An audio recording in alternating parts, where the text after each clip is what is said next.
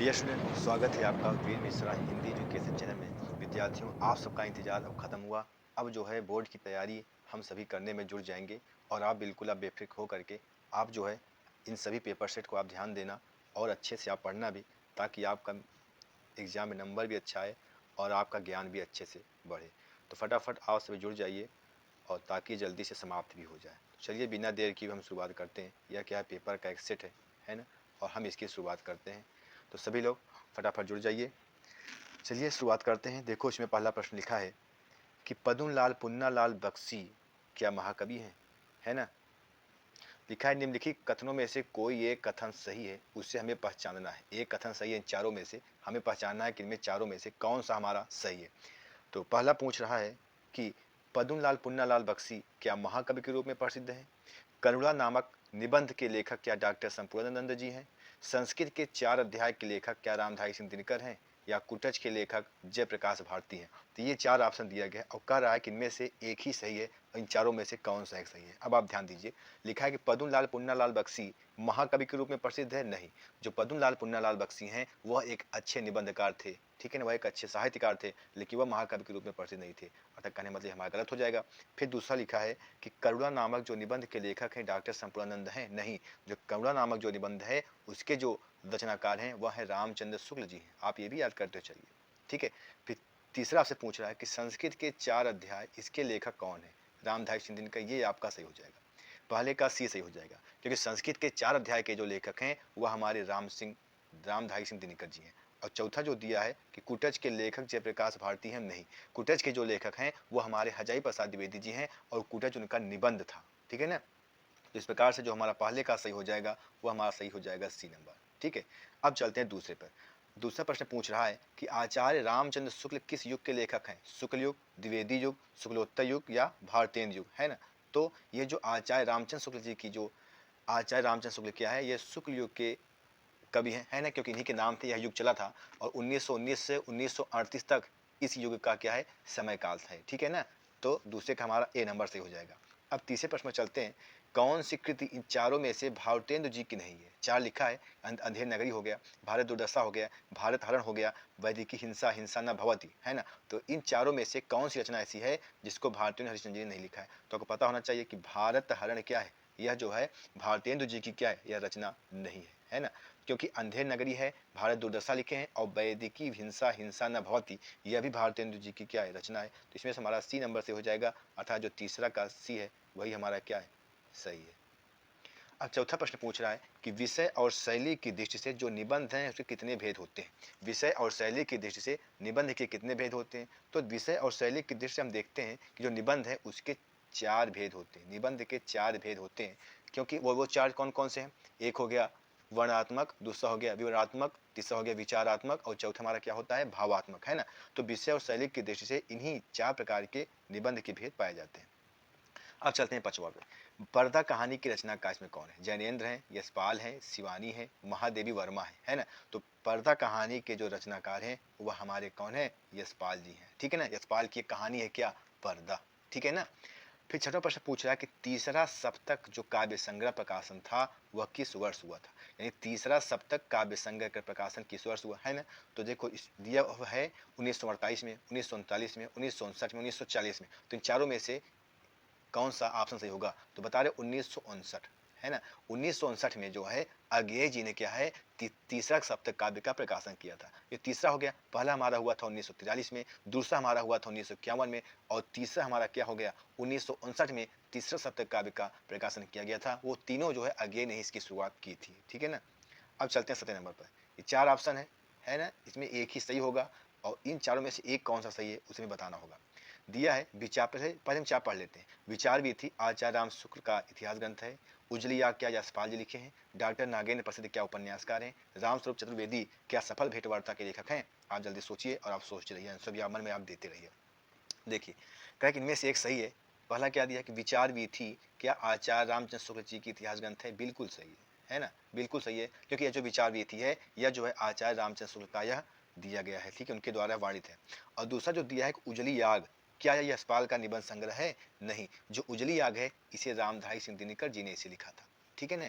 फिर तीसरा पूछ रहे हैं कि डॉक्टर नागेंद्र प्रसिद्ध क्या उपन्यासकार थे? नहीं, जो डॉक्टर नागेंद्र थे वह एक अच्छे निबंधकार थे, एक अच्छे आलोकक थे, एक अच्छे साहित्यकार थे, लेकिन वह एक अच्छे उपन्यासकार नहीं थे। इसलिए ये भी क्या हो जाएगा, हमारा गलत हो जाएगा।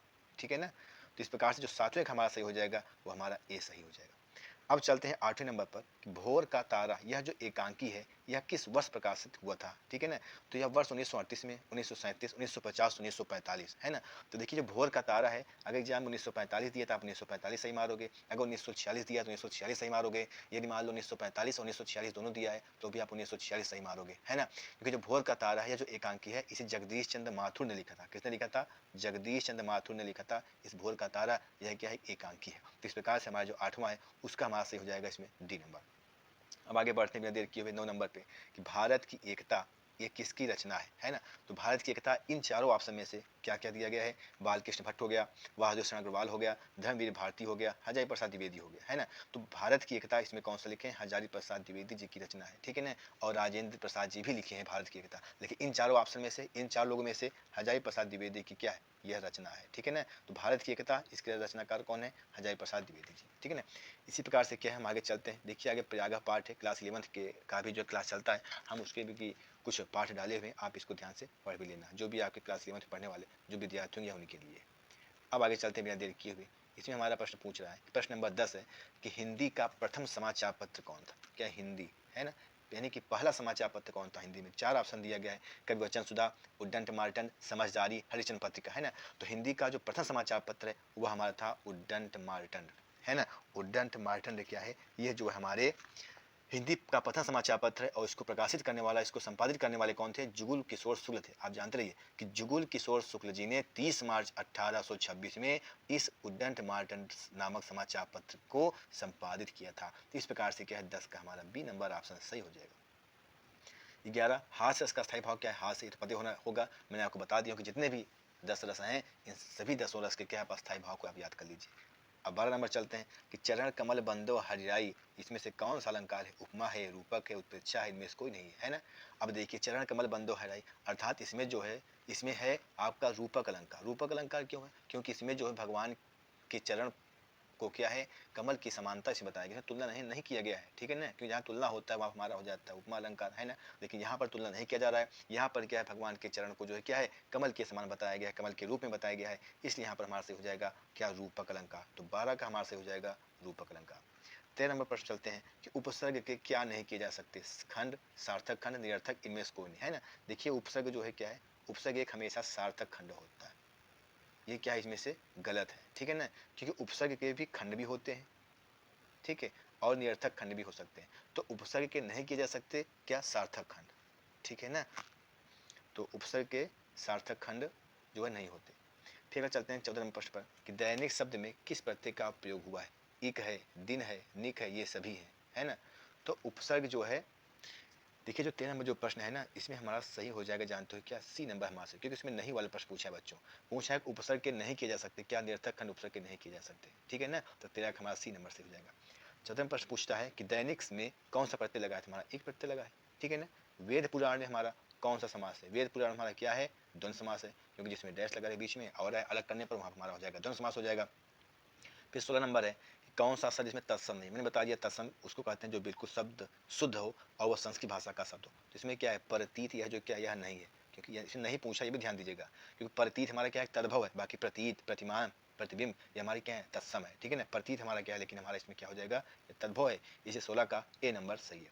तो गंगा का पर्यायवाची क्या है? मंदाकिनी है, भागीरथी है, देव नदी है, ये सभी। तो हमारा इसमें क्या सही हो जाएगा, ये सभी से सही हो जाएगा, क्योंकि गंगा का जो पर्यायवाची शब्द है वो एक तीनों है, मंदाकिनी भी है, भागीरथी भी है, देव नदी भी है, इसी हमारा क्या हो जाएगा, ये सभी। फिर पूछता है कि प्रत्येक में कौन सा संधि है? प्रत्येक में प्रतिधन एक, है ना। और प्रतिधन एक में मैंने बता दिया किसी हमारा से हो जाएगा यण संधि। क्या से हो जाएगा, जिसमें जो है या आए उसके पहले आधा शब्द लगा हो, उसमें हमारा क्या से हो जाता है, यण संधि हमारा उसमें से हो जाता है। तो 18 का हमारा बी नंबर सही हुआ। अब चलते हैं 19 में। मैंने बता दिया कि एक दो दो क्वेश्चन रूप से पूछते हैं। जैसे इसमें पूछा है कि नदी शब्द का तृतीय विभक्ति का बहुवचन क्या होगा? तो नदी शब्द का जो हमारा तृतीय विभक्ति है, जो नदी शब्द का जो हमारा तृतीय विभक्ति है वह हमारा हो जाएगा क्या, नदी भी। ठीक है ना। तो 19 का डी नंबर से हो जाएगा। ठीक, 20वां प्रश्न पूछता है कि हस धातु के बिल्लिंग लकार है, बिल्लिंग लकार यानी चाहिए कर्त में, इसका उत्तम पुरुष के एक वचन क्या होगा? ठीक है ना, ध्यान सुनिए। हंस धातु के विधिलिंग लकार के उत्तम पुरुष का एक वचन रूप हमारा क्या हो जाएगा, एक वचन हमारा हो जाएगा, यहाँ पे हो जाएगा हसेव हो जाएगा। क्या हो जाएगा, हसेव, ठीक है ना। तो 20 का हमारा ए नंबर सही है। तो इस प्रकार से आपके जो 20 भौतिक कृति जो है क्या है, समाप्त होते हैं। अब हम आगे बढ़ते हैं। कुछ बच्चे ऐसे हैं जिनको क्या है, गद्य का सही ढंग से अर्थ भी उनको लिखना नहीं आता है ना। चलिए मैं पैराग्राफ पढ़ता हूँ। लिखा है, आज हम ये खंड बा है, ठीक है ना। इसमें 3 प्रश्न दिए जाते हैं, 3 प्रश्न दिए गए हैं, तीनों का क्या है अर्थ, प्रश्नों का उत्तर हमको देना होता है, ठीक है। जो जैसा प्रश्न पूछता है हम उसका उत्तर वैसे देते हैं। तो पहला प्रश्न, पहले आप इसमें गद्य पढ़ना होता है ना। तो गद्य मानो मैंने पढ़ लिया कि आज हम इसी निर्मल सिद्ध, आज हम इसी निर्मल शुद्ध शीतल स्वस्थ अमृत की तलाश में हैं, और हमारी इच्छा अभिलाषा और प्रयत्न यह है कि वह इन सभी अलग अलग हुई नदियों में अभी भी उसी तरह बहता रहे और हमको अमृत देता रहे, जो जमाने के हजारों थपेड़ों को बर्दाश्त करता हुआ आज हमारी स्थिति को कायम रखे हुए और रखेगा, ठीक है ना। यह किस पाठ से लिया गया है। प्रश्न पूछता है कि उपयुक्त गद्यांश का संदर्भ लिखिए। उपयुक्त गद्यांश का क्या लिखना है, इसमें हमको संदर्भ लिखना है, ठीक है ना। अब देखिए कि उपयुक्त गद्यांश का संदर्भ तुम्हें पता होना चाहिए कि संदर्भ क्या है, कैसे लिखे जाते हैं। तो अब पहले पहचानेंगे किस पाठ से लिया गया। ये हमारा लिया गया भारतीय संस्कृत पाठ है। इसको लिखा किसने है, डॉक्टर राजेंद्र प्रसाद। तुम्हारा संदर्भ क्या बनेगा कि प्रस्तुत गद्यांश हमारी पाठ्य पुस्तक में संकलित भारतीय संस्कृत पाठ से लिया गया है। इसके लेखक कौन है, डॉक्टर राजेंद्र प्रसाद जी, ठीक है। फिर पूछ रहा है कि गद्यांश के जो रेखांकित अंश है ना, यानी कि जहाँ से जहाँ तक लाइन खींचा गया है, हमको इसी की भाव बताना है, इसका स्पष्ट भाव क्या है, इसकी व्याख्या कर सकते हो करना है। तो पूछ रहा है कि क्या है, आज हम इसी निर्मल शुद्ध शीतल स्वस्थ अमृत की तलाश में है, हमको इसी की व्याख्या करना होता है। तो आपको ऐसे लिखोगे व्याख्या कि डॉक्टर राजेंद्र प्रसाद जी कहते हैं कि भारतीय संस्कृत रूपी विशाल सागर में आकर गिरने वाली सभी प्रकार की जाति धर्म भाषा, वो सभी अनेक नदियों से मिलकर के एक हो जाएं, और भारत देश में जो भी जाति धर्म भाषा का जो अलगाव है, अलग होते हुए भी हम सभी भारत माता की संतान हैं। हम सब में को अनेकता में एकता रखना चाहिए। यही जो है क्या है, हमको इन्हीं सब की तलाश में हमको रहना चाहिए, ठीक है। ये हमारे भाव थे। 11वां प्रश्न पूछा, लेखक के अनुसार हमारा अस्तित्व आज भी कायम है। तो क्यों कायम है, किस कारण से कायम है।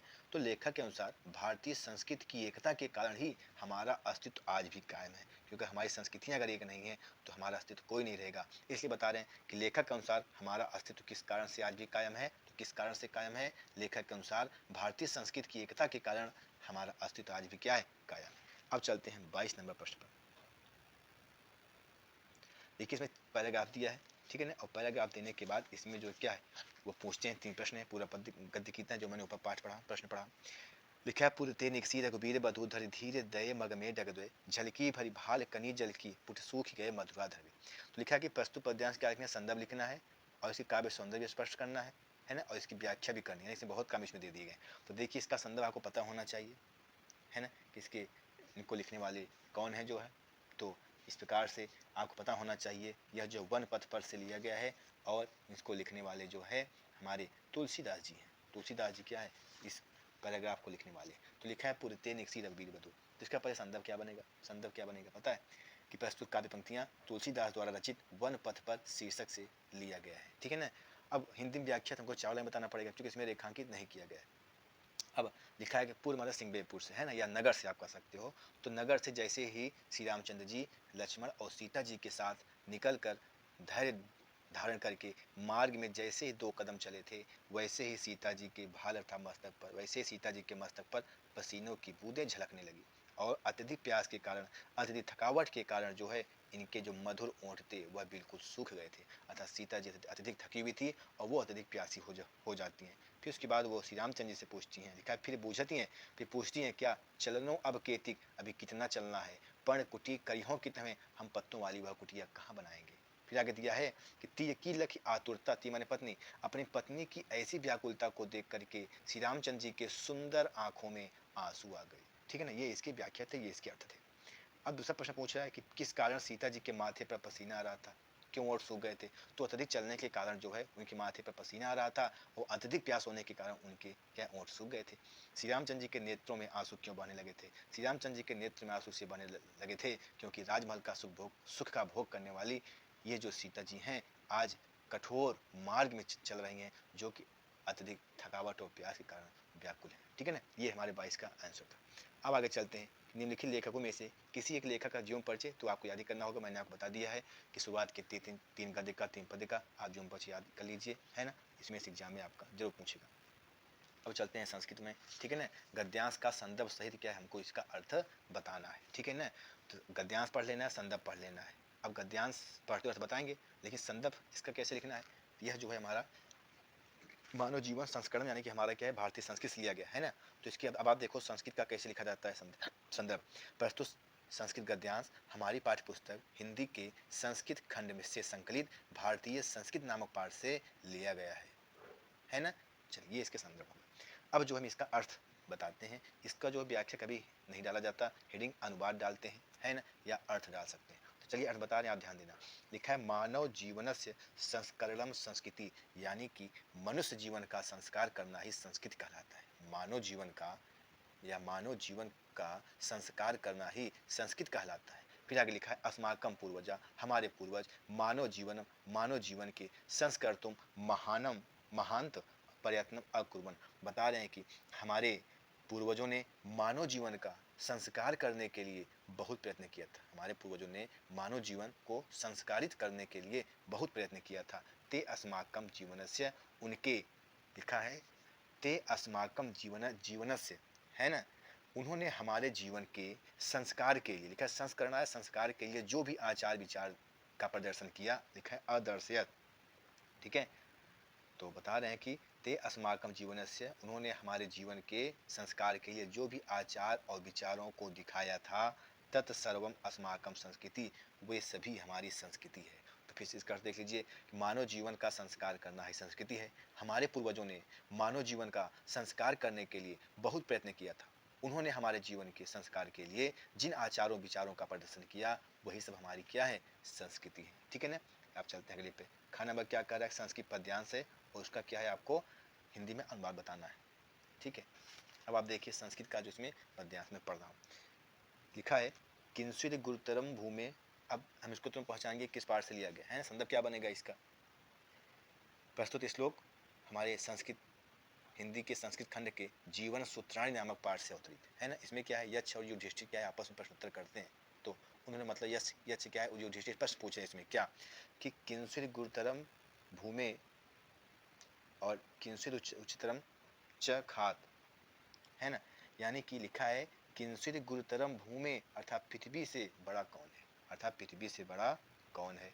फिर लिखा है किंचिद उच्चतरम च खात, और आकाश से अधिक ऊंचा कौन है, आकाश से अधिक ऊंचा कौन है, और पृथ्वी से कह सकते हो कि भारी कौन है, गुरुतम माने भारी या बड़ा, तो पृथ्वी से बड़ा अर्थात पृथ्वी से भारी कौन है, और आकाश से अधिक ऊंचा क्या है।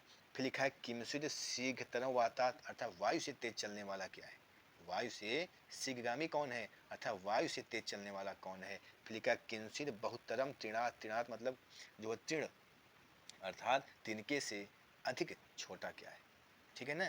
तो पृथ्वी से बढ़कर कौन है, अर्थात पृथ्वी से बड़ा कौन है या पृथ्वी से भारी कौन है, आकाश से अधिक ऊंचा कौन है ना, वायु से तेज चलने वाला कौन है, वायु से तेज चलने वाला कौन है, और तिनके से अधिक हल्का क्या है।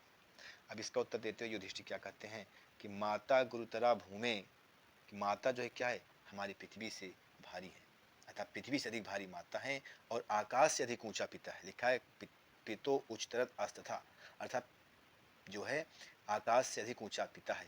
फिर लिख दे रहे हैं कि मन शीघ्रतरम वातात, अर्थात जो है जो मन से, मन क्या है, वायु से तेज चलने वाला है, जो वायु से अधिक शीघ्र तेज चलने वाला मन है, और तृण से अधिक अर्थात तिनके से अधिक हल्का चिंता है।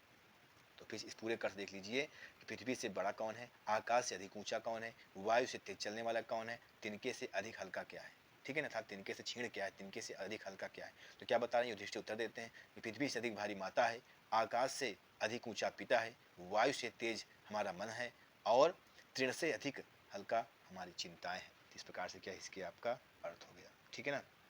फिर पूछा एग्जाम में संस्कृत खंड कि कोई श्लोक पूछते हैं, आप लोग इसको जो याद कर लेना, एक दो श्लोक आप संस्कृत आज जो याद कर लेना, ठीक है ना। अगला प्रश्न है कि दिया गया है, इसमें से 4 प्रश्न दिए गए हैं और इसमें से 2 प्रश्न का उत्तर हमको सबको क्या है देना होता है। यह जो है क्या है हमारे यह 24 का घ नंबर का है, 4 प्रश्न उत्तर पूछे गए। जैसे पहला पूछा है कि भारतीय संस्कृति मूल किम अस्ति, है ना, यानी कि भारतीय संस्कृत का मूल क्या है, भारतीय संस्कृत का हमारा क्या है, मूल क्या है ना। अब देखिए, अब आप खुद बता सकते हैं क्या है, भारतीय संस्कृत पाठ से क्या है लिया गया है ना। चलिए उत्तर देते हैं इसका। भारतीय संस्कृत मूलम किम अस्ति, है ना, तो इसका मूल क्या है, इसका उत्तर यह है कि विश्व से सृष्टा ईश्वर एकः एव अस्ति, यानी कि विश्व की रचना करने वाले ईश्वर एक ही हैं। इति भारतीय संस्कृति मूलम अस्ति, मैं भारतीय संस्कृत का मूल है। क्या अगर हिंदी में जानोगे तो विश्व की रचना करने वाले ईश्वर एक हैं, यही हमारी भारतीय संस्कृत का क्या है, मूल है। इसका मतलब क्या हो जाएगा, इसका उत्तर विश्वस्य सृष्टा ईश्वरः एकः एव अस्ति इति भारतीय संस्कृते मूलम अस्ति। फिर दूसरा पूछ रहे हैं कि विद्या केन वर्धते, विद्या किससे बढ़ता है भाई, तो अभ्यासेन विद्या वर्धते, अभ्यासेन विद्या वर्धते। फिर पूछता है कि चंद्रशेखर कह आसीत, है ना, तो चंद्रशेखर एकः प्रसिद्ध क्रांतिकारी देशभक्त च आसीत, या सीधे ये भी लिख सकते हो कि चंद्रशेखर एक देशभक्त आसीत। आप ये भी कर सकते हो कि चंद्रशेखर एक देशभक्त आसीत। फिर घर में प्रश्न पूछते हैं कि वाराणसी नगरी किमर्था प्रसिद्धा, था वाराणसी जो है किस लिए प्रसिद्ध है ना, तो वाराणसी विद्या दर्शन साहित्य धर्म कला शिल्पार्थ प्रसिद्धा, ठीक है ना। वाराणसी नगरी विद्या दर्शन साहित्य धर्म कला शिल्पार्थ प्रसिद्ध, अर्थात जो वाराणसी नगरी है वह विद्या के लिए, दर्शन के लिए, साहित्य के क्षेत्र में, धर्म के क्षेत्र में, कला के क्षेत्र में, अन्य प्रकार के शिल्पकारों के क्षेत्र में हमारी बनारस क्या है वह प्रसिद्ध है। इस प्रकार से विद्यार्थियों आपके लिए क्या प्रभुत्व ग्रामीण चैप्टर क्या है संस्कृत का पढ़ाया गया है, और हमें आशा है आप इसे बखूबी ध्यान से पढ़ लें, क्योंकि ये सभी एग्जाम में क्या है आते हैं। अगर मैंने आपसे एक बार भी नहीं कहा, अगर यह हमारा वीडियो आपको अच्छा लगा हो तो आप अपने दोस्तों को आप शेयर करिए और आप इसको सब्सक्राइब भी करिए। ये कोई कहने वाली बात नहीं है, हम आपके लिए मेहनत करते हैं, तो आप भी हमारे लिए कुछ न कुछ आप जरूर कर सकते हैं। अगला क्वेश्चन में पूछता है कि एक प्रार्थना पत्र लिखना है किसको, प्रधानाचार्य को, है ना। आपको आप क्या है शुल्क देने में आप असमर्थ हैं, इसके लिए आप उनको लिए प्रार्थना पत्र लिखोगे। या आप एक बैंक है और आपको बैंक के प्रबंधक को, जो मैनेजर है, उससे आपको थोड़ा सा कर्ज लेना है, उसके लिए पत्र लिखना है, ठीक है ना। तो ये सभी आपको याद करने पड़ेंगे। निबंध है, ये निबंध भी आपको याद करना पड़ेगा, हेडिंग वाइज निबंध आपको अच्छे से लिखना होगा। प्रस्तावना क्या होता है, अर्थ क्या होता है, कारण क्या होता है, लास्ट में आपको उसमें से निष्कर्ष देना होता है। और प्रश्न नंबर 27 है, एग्जाम में आपका आएगा, है ना। आपके जिला के अनुसार जो भी खंड काव्य आते हैं उसका आपको उसमें उत्तर देना पड़ेगा, सही चित्रण आपको लिखना पड़ेगा। इस प्रकार से प्यारे विद्यार्थी, आप सबको हमारा वीडियो कैसा लगा, आप इसको कमेंट में आप हमको जरूर बताना, है ना। और कमेंट बताने के बाद आप लिखना कि यह जो है वीडियो आपको कैसा लगा, कितना अच्छा लगा, क्या आपके लिए योग्य है कि नहीं, या आपको उपयोग में है कि नहीं। विद्यार्थी आप सभी का बहुत बहुत धन्यवाद।